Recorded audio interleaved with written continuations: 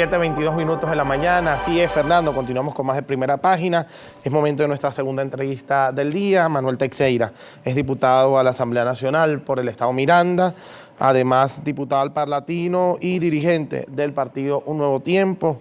Ayer, en la sesión de la Asamblea Nacional, una segunda sesión con la reincorporación de los diputados de la bancada oficialista, pues se habló de distintos puntos. Teníamos tiempo sin ver 5 puntos dentro de la agenda de la Asamblea Nacional, eran 3, pero se agregaron 2 por parte inclusive de esta bancada oficialista, a quienes han dicho, por ejemplo, Ramos Ayub y el presidente del Parlamento, igual que el segundo vicepresidente, que ellos no son diputados algunos porque asumieron cargos y el artículo 191 pues no les permite a ellos tener la investidura de diputados y además tener otro cargo público. Yo quiero comenzar la entrevista con esto. Ayer usted estaba debatiendo con todos los diputados o había algunos diputados y otros no eran diputados. En primer lugar, ayer se dio la segunda sesión con la reincorporación de los diputados del Bloque de la Patria. Nosotros sostuvimos, como ustedes bien saben, durante muchos meses que urgía la necesidad de que los diputados cumplieran con su responsabilidad histórica con 14 millones de venezolanos. Ayer tuvimos la segunda sesión. Lamentablemente no se produjo la invitación a los que los exhortamos de votar el tema del acuerdo del Esequibo por unanimidad en un tema que es de interés de la nación. Y ayer, bueno, debatimos con quien tiene posiciones diferentes, que yo creo que eso es lo que necesita el país, el debate y volver a la política. Diputado, repito la pregunta, es muy sencilla, porque yo entiendo que en temas políticos uno tiene que saber manejarse, y más en esta situación que estamos manejando y viviendo, en donde hay un diálogo nacional, en donde se está intentando retomar Oslo y todo lo demás. Pero ciertamente ustedes ayer debatían, por ejemplo, con Francisco Torrealba, que según el artículo 191 deja de ser diputado cuando asume un rol de constituyente o un rol de ministro en el país, porque estos cargos ameritan dedicación exclusiva, tanto la constituyente como la Asamblea Nacional. ¿Usted lo considera él un diputado? Yo considero que fue electo para ser diputado. Okay. En el transcurso, si adquirió alguna responsabilidad, bueno, habrá que tomar una decisión política en beneficio del país que pasa inclusive por un acuerdo integral. Nosotros debemos volver a la política, subsanar los errores cometidos de cualquiera de las dos partes y reinstitucionalizar el país. Claro, porque es que en entrevista Francisco Torrealba acá dijo, yo le preguntaba, estoy hablando con el diputado, con el constituyente, dijo con ambos. Y eso según el artículo 191 y el 197 no debería suceder. Para nosotros la constituyente no tiene ningún tipo de vigencia, no tiene personalidad. Nosotros no reconocemos la constituyente porque para nosotros está viciada de su convocatoria del poder originario. Al no convocarse al pueblo, si quería o no una constituyente, esa constituyente Perfecto. Para nosotros no existe. Hablaron ayer del tema del censo en algunos de los debates, se habló del censo, algunos discursos, sobre todo de la oposición, apuntaban a que el censo tenía la intención de ejercer algún tipo de control social, algún tipo de presión hacia el pueblo y que además la intención final era ver aquellos bienes inmuebles en donde no había propietarios porque se habían ido del país para expropiarlos, que se estaban basando en el censo para este plan Ubica tu Casa o esto que trascendió en distintos medios de comunicación en las últimas semanas sobre algunas propiedades que estaban siendo expropiadas porque los dueños no estaban en sus hogares. Pero no ha habido ningún ministro, ningún cargo público que haya hablado de ningún plan Ubica tu Casa a nivel nacional y pues estos casos que sí existieron, ellos mismos los catalogaron de casos aislados. ¿Cómo entonces se basa la oposición en este tema para decir que este plan Ubica tu Casa sí existe y que se están apoyando en el censo para lograrlo? Bueno, eso tiene diferentes interpretaciones. Para nosotros el instituto que debe regir esto es el INE y los ministerios correspondientes según nuestro ordenamiento jurídico.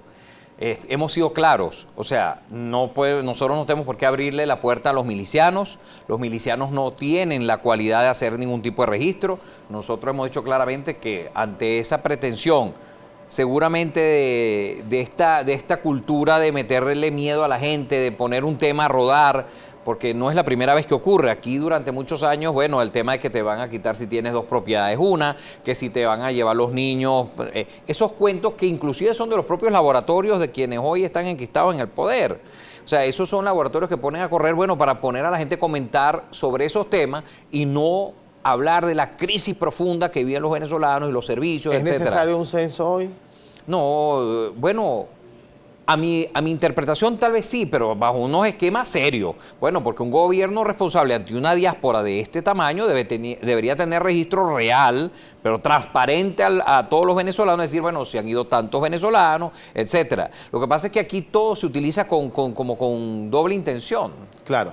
Vamos recorriendo punto por punto lo que se tocó el día de ayer en la Asamblea Nacional. Otro de los puntos fue elecciones presidenciales en el país. Fue un punto bastante controversial porque mientras unos hablaban del adelanto de las elecciones parlamentarias, otros hablaban de elecciones presidenciales. Lo cierto es que cuando se firma una mesa de diálogo nacional con estos grupos opositores, que sí, ciertamente tienen una minoría dentro del Parlamento, pero que están sentados en esta mesa con parte del gobierno nacional, ellos firmaron y hablaron de el cambio del CNE, pero en ningún momento especificaron algún tipo de elección en el país. Pero dentro del Parlamento ayer se promueve este punto de las elecciones presidenciales. El diputado Manuel Teixeira, en virtud de la democracia y en virtud de la diversidad que debe haber en democracia, ¿considera que es necesario adelantar las elecciones presidenciales en Venezuela? Sí, absolutamente, pero no resuelve solo la elección el problema. Aquí hay que, y lo hemos repetido incansablemente, hay que reinstitucionalizar el Estado. Nosotros no podemos solamente ver la elección como el fin de la crisis. ¿Por qué? Porque nosotros tenemos una falta de institucionalidad. Nosotros tenemos, bueno, ya regresaron los parlamentarios a la Asamblea, que es donde se hace la política. Los diálogos son en el Parlamento, no en unas islas, no por ahí. Es ahí donde nace la política, en los parlamentos de cualquier parte del mundo. Entonces pasa por reinstitucionalizar el Estado, revisar el CNE, revisar el Tribunal Supremo de Justicia, las designaciones, ratificaciones o no de los demás poderes públicos y finalmente la elección presidencial, que en un país presidencialista sabemos nosotros lo que tiene como significado, más allá inclusive con el cuestionamiento de legitimidad de las elecciones del 20 de mayo, podría generarle la confianza que necesita el país para, bueno, que vengan inversiones extranjeras, pedir préstamos para levantar el aparato productivo, pagar la deuda para que los productores puedan generar insumos. Entonces, todo parte de un acuerdo integral, como bien lo dijo el segundo vicepresidente de la Asamblea, Stalin González. Aquí hace falta un acuerdo integral. Nosotros estamos de acuerdo con cualquier espacio de diálogo. Para la toma de decisiones hace falta que sea la mayoría de los diputados que están en la Asamblea Nacional. Eso es lo que nosotros llamamos la oposición mayoritaria. Pero si hay diálogos y conversaciones entre factores, entre quienes nos oponemos a este modelo, nosotros la saludamos. Yo comparto, por ejemplo, si no tengo ningún problema en reconocer que reconozco y comparto el criterio de quien estuvo sentado anteriormente aquí, un apreciado amigo Juan Barreto, de que si no es el diálogo, no es acordarnos, es cómo. O sea, aquellos que promueven otras opciones no se ponen al frente, solamente critican estas opciones, pero no se ponen al frente. Yo no he visto un ejército de gente caminando por la calle buscando otra solución. ¿Por qué no se suma al diálogo? ¿Por qué no? Yo soy un dialogante permanente. Lo que pasa es que yo creo que en ese esquema, porque en ese esquema es de alguna manera para presionar un diálogo forzado. Entonces ahí no pareciera que no hay la voluntad política real. La voluntad política es cuando quienes están enquistados en el poder decidan volver al mecanismo de Oslo, donde ya hay un planteamiento final, entendemos, con unos cuantos puntos, decir, bueno, estamos de acuerdo en esto, terminamos en las elecciones presidenciales, que es la que al final pone el fin a la crisis que tiene el país, y ellos lo saben, aquí todo el mundo sabe cómo se resuelve esto. Lo que pasa es que entonces hacemos como trapisondas y maromas para no llegar a ese punto. En el caso de que se decida un adelanto de elecciones parlamentarias sin acordar ningún punto sobre elecciones presidenciales en el país, ¿usted estaría dispuesto a aceptar? No entiendo, no. Se adelantan elecciones parlamentarias, pero no se habla de las elecciones presidenciales en el país.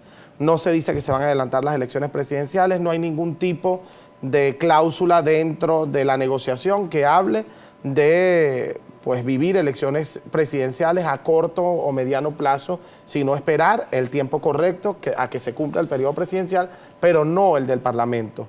En virtud de respetar ese diálogo, ¿usted estaría dispuesto a aceptar? No resuelve el problema ni mucho menos el adelanto de las elecciones parlamentarias. Eso agravaría la situación, porque en una elección parlamentaria donde no participa, vamos a llamar la oposición formal mayoritaria, que vendría un desconocimiento del Parlamento, aumentaría la crisis. O sea que nosotros tenemos que resolver el problema. El problema, vuelvo y repito, no pasa por la elección per se, pasa por la reinstitucionalización del Estado y la voluntad política de poner en marcha a una Venezuela de progreso, que hoy no parece que es la decisión de quienes están enquistados en el poder, porque la ruta es clara: reinstitucionalización del país, un acuerdo que puede ser inclusive a algunos periodos presidenciales, por lo menos en el tema económico, respetando acuerdos entre las partes y visiones del país, porque aquí hace falta un pacto de Estado. Ya Venezuela está en una situación tan grave que aquí necesitamos un pacto de Estado donde nosotros los venezolanos nos podamos entender, donde podamos decirle al país: mira, nosotros creemos esto, y gane quien gane la elección presidencial, nosotros tendremos la confianza